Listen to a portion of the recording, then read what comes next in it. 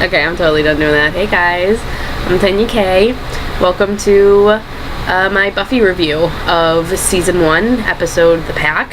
This is going to be a really short episode, a really short review, because I really only have a few thoughts about this episode. We're still pretty early on. This is only episode 5? I think this is only episode 5. So we're definitely still early, or episode 7. So it's still early. My favorite episodes of season 1 don't come until later on. But really, this is a Xander centric episode, and they really show more of the dynamic between Willow and Xander, basically being Willow loves Xander and Xander is completely oblivious. Xander loves Buffy and Buffy is oblivious, but once it's not oblivious anymore, when Xander becomes possessed with a hyena and he kind of lets her know how he feels about her, pretty much comes to the point of she really doesn't care that he likes her because she doesn't like him.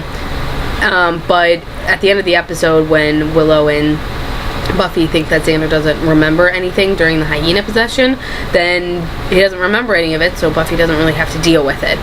Unlike later on in the season, when Buffy does have to, come right out and tell him that she doesn't like him. When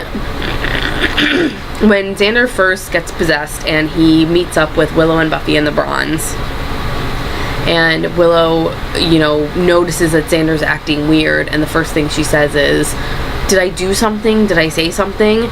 And Willow is so insecure. I just want to take her by the shoulders and shake her, or I want to slap her, because it's like they're so, I don't know, she's just so incredibly insecure that it hurts you, because she's stronger than this. And obviously as she grows as a person, as the character develops, as the series goes on, we know she becomes stronger.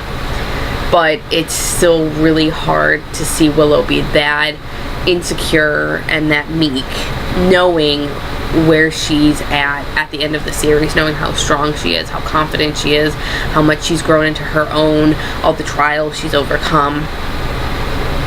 What else did I want to say about this episode? Oh, I wanted to let you know that if you guys are interested in reading novelized versions of any of these episodes, this episode can be found in the Xander Years Volume 1, which is a book that I own. And I wish I had brought it, but I'm doing this review spur of the moment because I'm afraid that if I don't do it now, spur of the moment, then it's not going to get done, and it's going to be 2 weeks from now, and I don't want that to be the case. So if you guys are interested in reading the novelized version of it, let's fix my hair a moment. Another thing I noticed was in the scene near the end of the episode, after the pack has eaten Principal Flutie, which I will talk about, they are resting, and the young woman with the baby on her back happens to stumble upon them sleeping, and there's that moment of are they going to attack her? Are they going to kill her? Are they going to kill her and the baby? Are they going to eat them? But, nothing happens, and she runs off scared, and they don't follow her because they're already full and they're sleepy. That made it seem like they were going for a horror element of the show, and the show really isn't about that. I would say it's more sci-fi, drama, fantasy, action. There's definitely some horror aspects to the overall genre that is Buffy, but definitely not a lot. I would say it's way at the bottom of the list. Way at the bottom of the list. Even below the screen at the bottom of the list. So that made it obvious that the producers, the writers, the directors, they were still feeling out this episode and with this episode they were still feeling out the series and which way they wanted to go. And, Principal Flutie, as you guys know, I'm watching this with my girlfriend who has never seen Buffy the Vampire Slayer before, and she's really into it, which makes me really happy, because if she likes it this much, then she's gonna go crazy when she once we get into the second season. Definitely the middle of the second season. I think that's really when, even though the end of the first season is awesome and the beginning of the second season is great with some assembly required and school hard and all of that, I don't think it really gets up there to cult classic I don't think Buffy reaches the epitome of awesomeness until the middle of the second season. So if she likes it this much, then I really think she's gonna freak once we get to the middle of the second season. But when Principal Flutie got eaten, her remark was, well, he didn't last long. And I thought that was really awesome, because that was my thinking exactly. But no, Principal Flutie did not last long at all. One last note I want to give about this episode is Cordelia was not in this episode. And as I've stated before, Cordelia really, she's just there to be there. She's only there in the episode so the audience doesn't forget about her, because she's not brought into play. She doesn't start to get her own storyline. Cordelia does not start to get her own storyline until the episode Out of Mind, Out of Sight.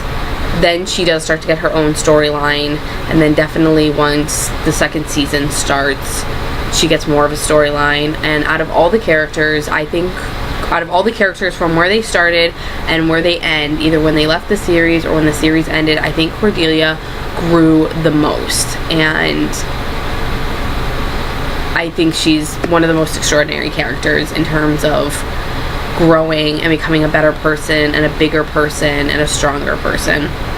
So, I really don't have any other thoughts on this episode, but it was fun to go back and relive this episode, even if it did seem the writing seemed kind of weak and the directing seemed kind of shoddy, and it seemed like the actors and actresses were doing the best that they could.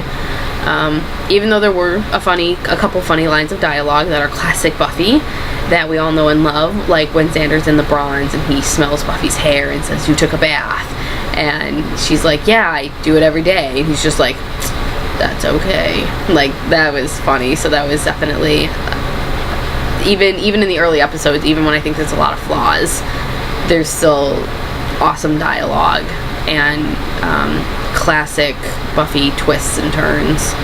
So yeah, if you guys are interested, I was actually thinking about asking my girlfriend to come and review the season 1 finale with me if she wanted to. So if you guys are interested in that, interested in having guest stars like my friend Anna from England when she was here on the last Buffy review, and hopefully so if you guys are interested in having more guest stars, please let me know. And if you're interested in having her come on camera and give us her thoughts, which I really would love to do, I would really like to just remain quiet and give her the floor, because I think that would be really awesome perspective to see it through completely and totally brand new eyes, somebody who has absolutely no idea what's going to happen. Alright guys, thank you so much for sticking with me. This has been Tennyak's Buffy review of Season 1, The Pack. Until next time, peace out, and